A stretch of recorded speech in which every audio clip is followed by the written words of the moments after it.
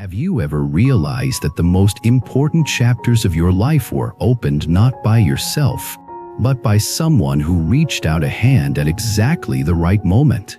Have you ever asked yourself honestly whether you have really honored those people, or whether you quietly moved on once you were safe? Welcome back to the channel, my friend. Thank you for coming back to sit with me for another long, slow, heart-level conversation.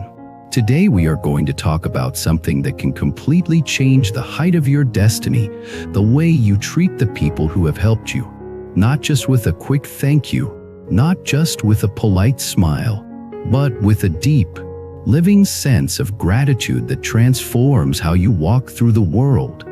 In this episode, we are going to explore why the people who helped you are like invisible pillars in your life. How gratitude is not just good manners but a spiritual force. Why gratitude silently cuts the roots of blessings. And how remembering your benefactors can open doors you never expected.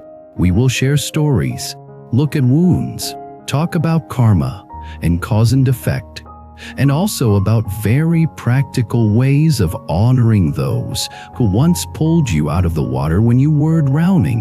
While you listen, you can let certain faces float up in your heart. Maybe it is a parent who worked silently late into the night so you could study. Maybe it is a teacher who believed in you when everyone else saw only trouble. Maybe it is a stranger who once appeared in a crisis and then vanished. Maybe it is a friend who stayed through your darkest season when you had nothing to offer in return. Those people are not just nice memories. They are turning points in your destiny, and how you respond to them, how you remember them, how you talk about them, and how you repay the goodness that flowed through them to you will decide whether your life rises, stays flat, or quietly bends downward. Let us begin with something simple but very honest.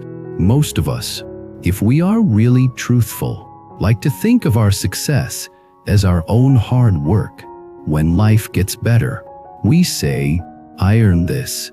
We talk about our effort, our discipline, our talent. We post our achievements, our certificates, our photos. But think back carefully.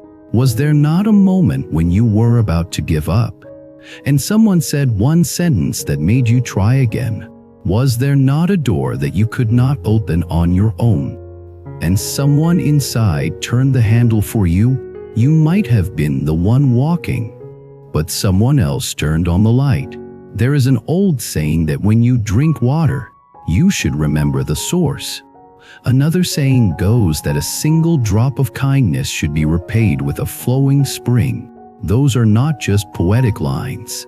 They are maps for how to live with spiritual integrity. Because from the perspective of karma, life is not a straight line of personal effort. It is a living web of giving and receiving, of causes and conditions, of visible and invisible hands. In that web, the people who have helped you are like nodes that change the direction of the whole pattern. You would not be where you are now without them. To understand how this shapes your destiny, let us walk through a story. Imagine a young man named Aaron. As a teenager, he was lost. His grades were poor. His temper was quick, and he felt deeply inferior. At home, his parents were busy surviving, and at school, teachers had mostly given up on him. He skipped classes, hung out with kids who were also drifting, and told himself that nothing good would ever happen for him. One day, he got into serious trouble. A fight, a broken window, a threat of expulsion. He sat outside the principal's office, shaking with anger and fear. He was sure his life was about to be stamped with a permanent label failure. Then an older teacher, who barely knew him, walked by. She stopped, looked at his eyes, and saw something behind the anger. Instead of lecturing him, she sat down and asked, "What happened?" He expected judgment. Instead, he found listening. She did not say he was right. She did not pretend the fight did not matter. But she told him. "I see that you are not a bad kid. I see that you are hurting. I also see that you are smart. If you keep walking down this path, you will waste that. If you are willing, I will talk to the principal with you. You will still need to take responsibility, but it does not have to define your whole life." Because of that conversation, the punishment was lighter than expected. Instead of expulsion, he was put on a strict probation with extra work and counseling. The teacher checked in with him every week. She gave him books, challenged his excuses, pushed him to apply for a small scholarship program, and refused to believe that he was just trouble. Years passed. Aaron turned himself around. He graduated, found a job, and eventually started his own small business. When he was interviewed later about his journey, he talked about his hard work, his strategy, his long nights. But when the interviewer asked, "Was there anyone who really changed your path?" he paused. The face of that teacher appeared in his mind.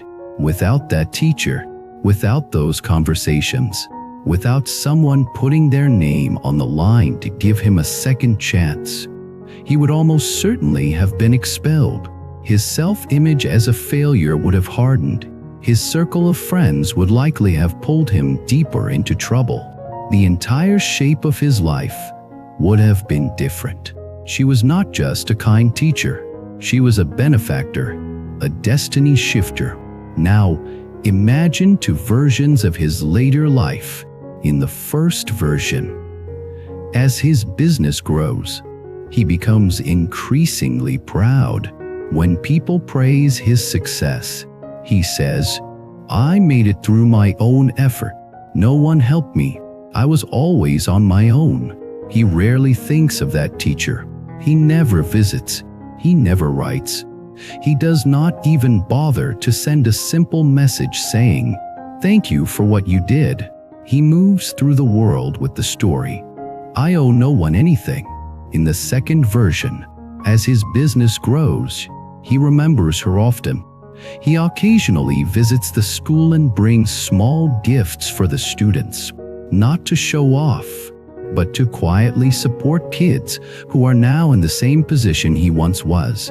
He writes to the teacher and updates her about his life, not just when he has good news, but also when he is struggling. He lets her know that her effort was not wasted. He moves through the world with the story, "My life is built on others' kindness.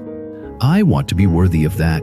From the outside, both versions of Aaron might look successful, but from the inside, their destinies are not the same. The first version has cut his own memory of grace. He has sawed off the branch he is sitting on.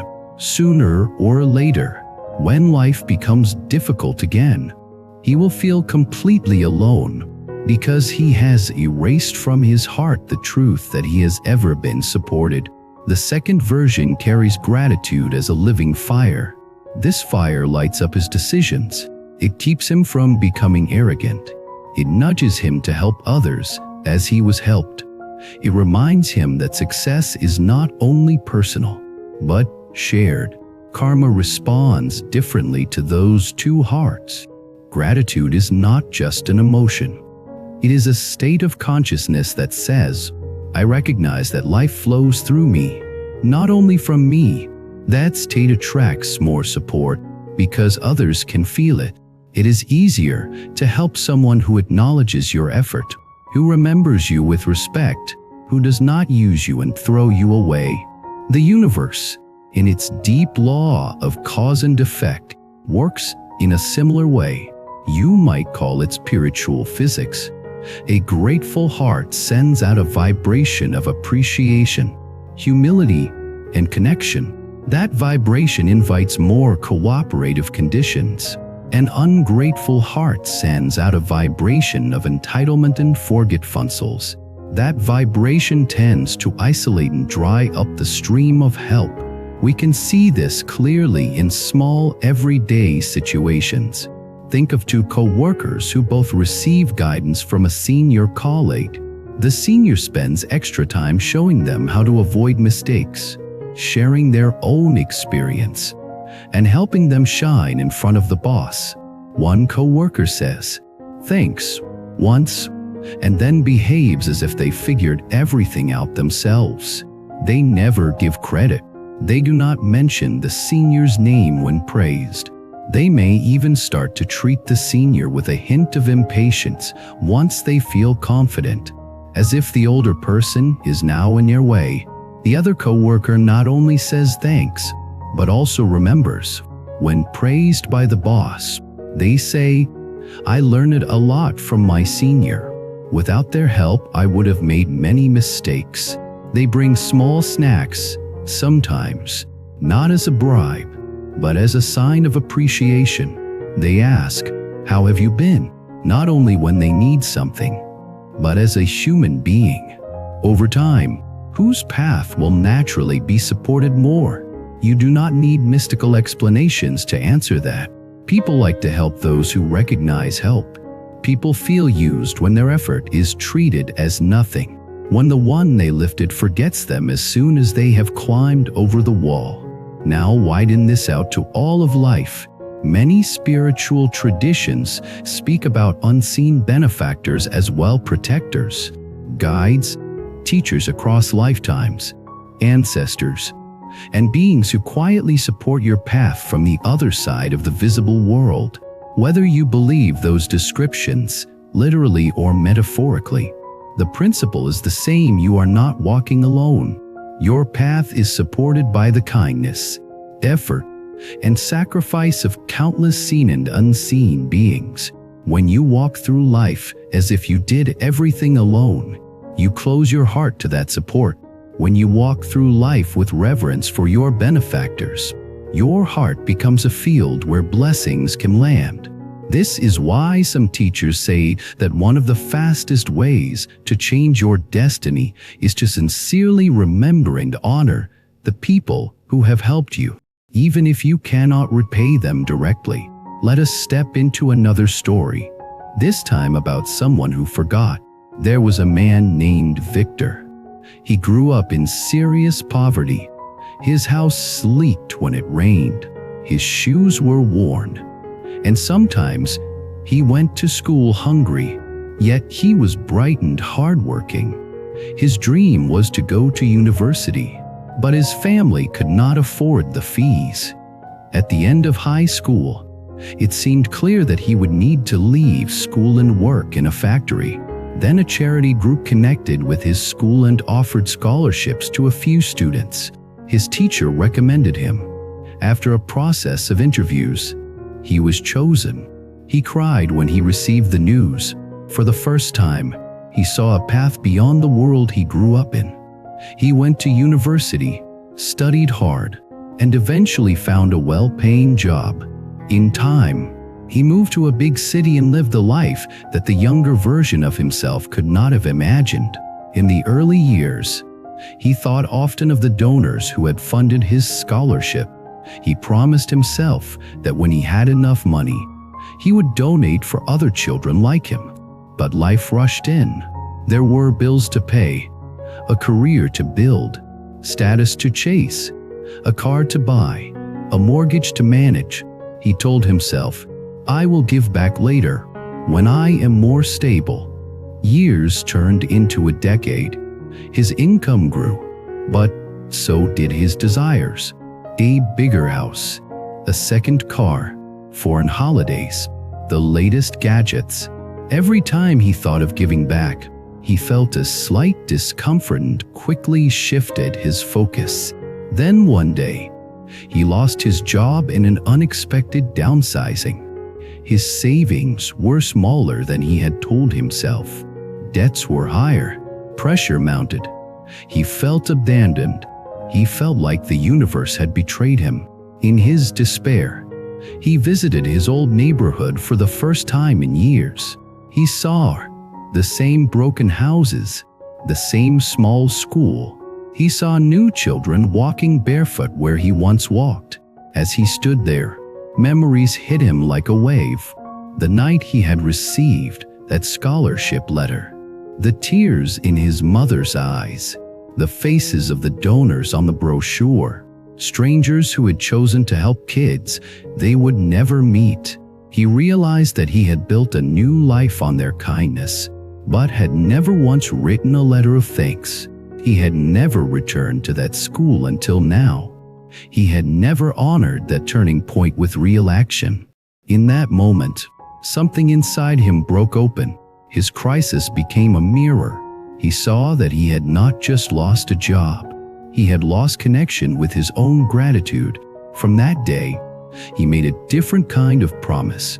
Even before finding a new job, even while still struggling, he set aside a tiny amount each month to support one student's lunch at the local school. It was not a large amount, but it was a beginning. He wrote a letter to the charity that had once helped him, expressing his overdue thanks. He told them honestly why it had taken so long and how much their help had meant. It did not magically fix his financial situation overnight, but his inner world shifted. He stopped seeing himself only as a victim of fate and started seeing himself as a participant in the stream of giving and receiving. Later, when he did find another job, he continued his small monthly support and slowly increased it as he could. Over the years, his life became simpler, more grounded, and, interestingly, more stable. What changed his destiny was not just outer help.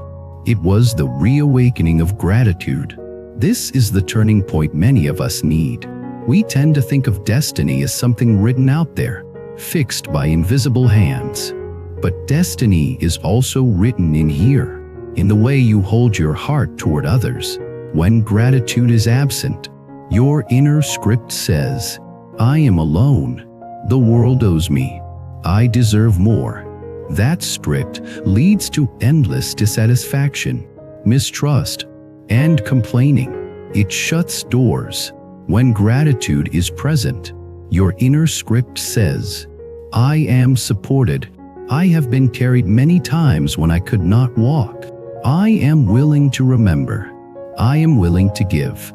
That script opens doors, both inside and outside.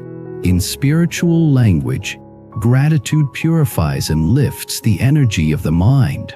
It softens resentment, melts arrogance, and clears a space for wisdom.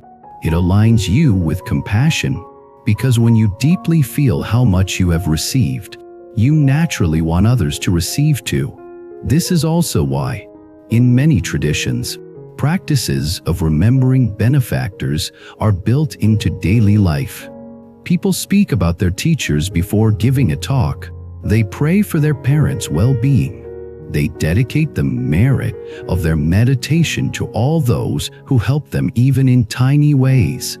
They tell stories not only of their own effort, but of the hands that carried them. Every time you do this, you are rewriting your destiny. Perhaps, as you listen, you are remembering not only people who helped you, but also times when you took someone's help for granted or even turned against them later. Perhaps you recall a friend who was there for you when you were low, but whom you quietly dropped when you joined a new social circle. Perhaps you recall a partner who supported you through your studies, only to be left behind once you achieved your goals. It can be uncomfortable to look at those memories, but facing them is part of awakening. In karmic terms, benefactors and ingratitude are a serious combination. When someone helps you sincerely and you later forget them or betray them, you are not just hurting them. You are damaging the bridge between you and future help. You are telling the universe, even if I am supported, I will not care. That message comes back. Maybe not tomorrow, maybe not in obvious ways, but at some point you will feel a strange dryness in your life. People will be less willing to go the extra mile for you. Opportunities will appear and vanish quickly. This is not a curse. It is simply cause and effect. The good news is that you can change this pattern at any time by turning your heart back toward gratitude. How do you do that in a real, grounded way, not just as a nice idea? First, remember in detail. Sit down one day when you have some quiet time. Take a notebook if you like, and begin listing the people who have helped you across your life. Start from childhood. Who paid for your food? Who took care of you when you were sick? Who taught you your first letters? Who corrected you when you were making harmful choices? Who lent you money when you urgently needed it? Who listened when you were breaking inside? Do not rush. Let the faces appear slowly. Some you will remember easily. Others will surprise you. Perhaps the neighbor who once drove you to the hospital at midnight. Perhaps the co-worker who covered for you when you made a mistake. Perhaps the stranger who returned your lost bag with all your documents inside. As you remember, do not just write their names as data.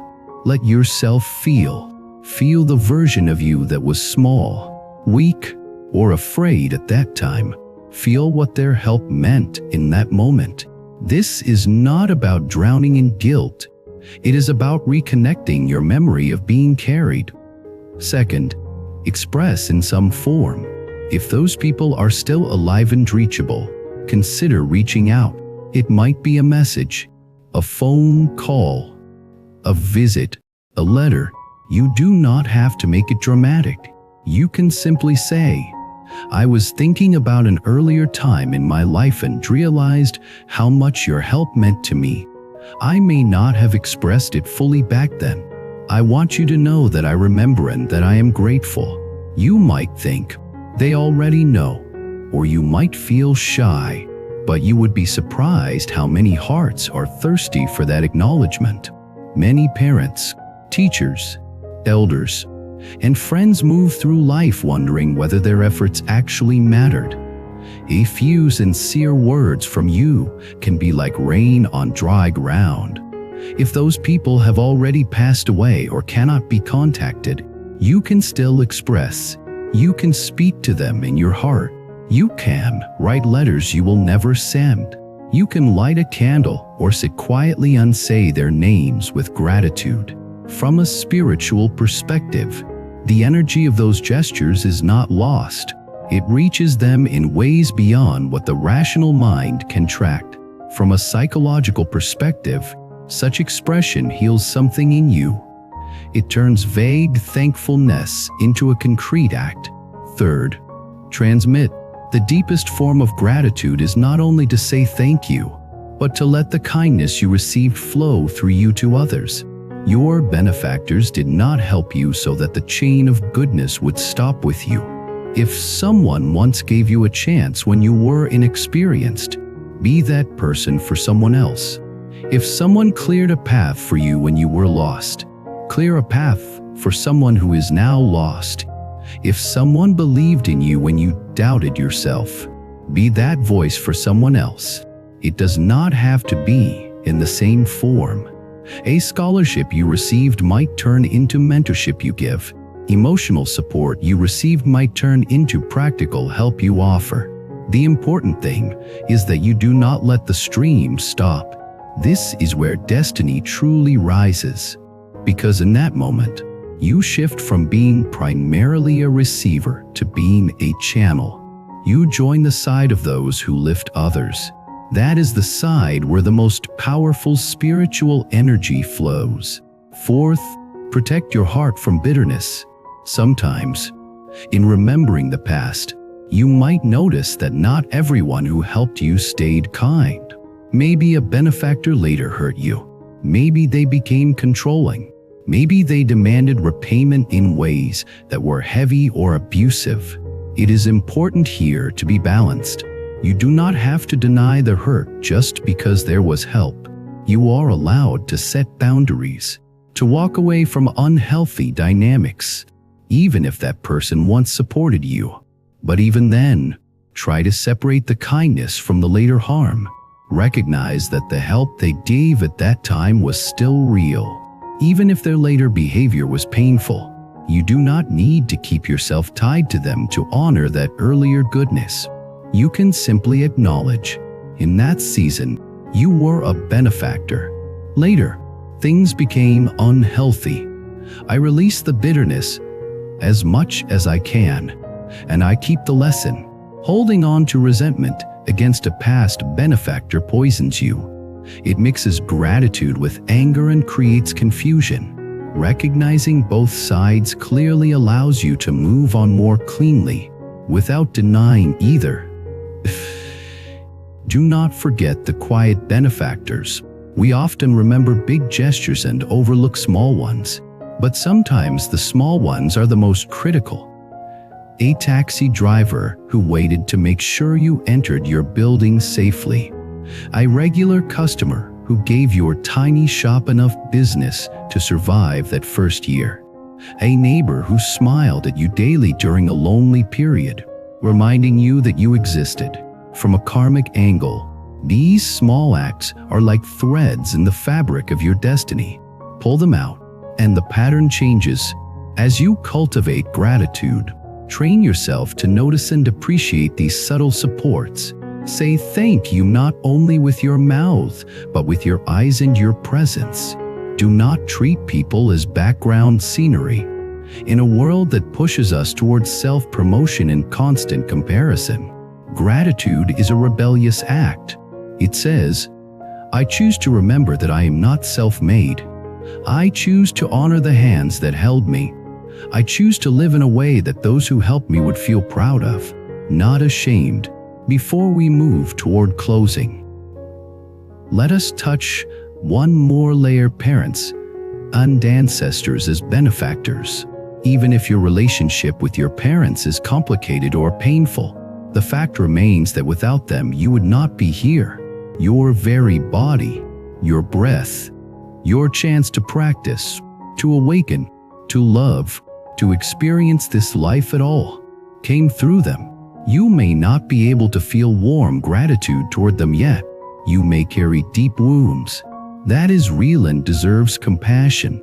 Yet if you can, even just in thought, acknowledge the simple fact of the life they passed on to you, you are already aligning with a deep spiritual truth. Many teachings say that offering sincere kindness and care to your parents, as far as you are able without harming yourself, is one of the most powerful ways to accumulate merit and clear karmic obstacles. It is a way of honoring the root of your existence. If direct relationship is too difficult, you can still wish them well in your heart.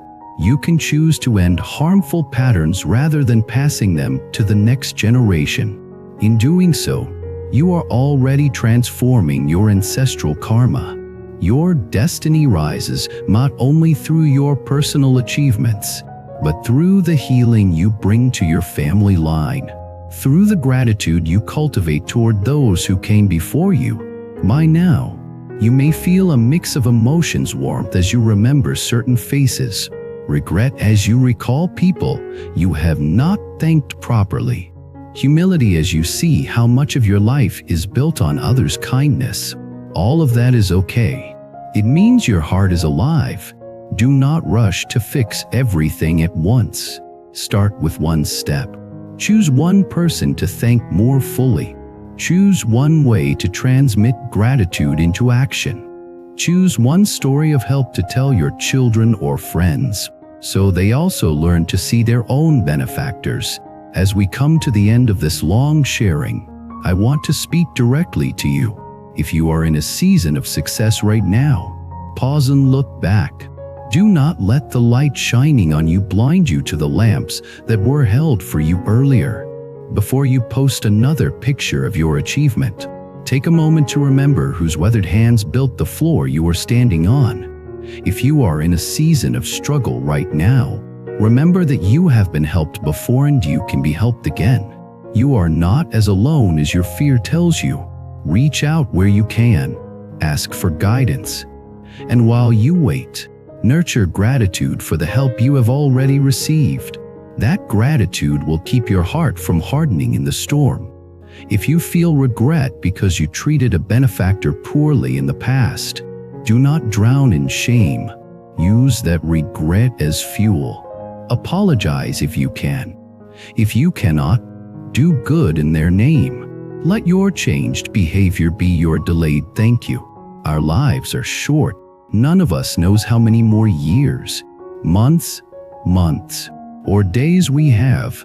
But as long as we are breathing, we can still choose to live in a way that honors those who once believed in us, fed us, lifted us, or simply stood by us when the world turned away. I would love to invite you to take this reflection one step further. After this video, if you feel moved, write in the comments about a benefactor in your own life. It could be a parent, a sibling, a teacher, a stranger, a boss, a friend. Tell us what they did, how it changed you, and how you feel about them now. You do not have to use their real name if you do not want to. The important thing is that you give their kindness a voice. Your story may remind someone else, somewhere, to call their own benefactor before it is too late. It may rekindle gratitude in another heart that has grown numb. If this conversation has touched you, if it has reminded you of faces you had buried under the dust of time, please consider supporting this channel. You can subscribe so you do not miss future long-form sharings. You can like this video to help more people find it. You can leave a thoughtful comment so that this becomes a circle of shared stories rather than just my voice alone. If you feel deeply connected to this space and wish to help sustain it, you can also consider joining as a member. Your support helps keep these long, quiet, story-based reflections alive in a noisy world.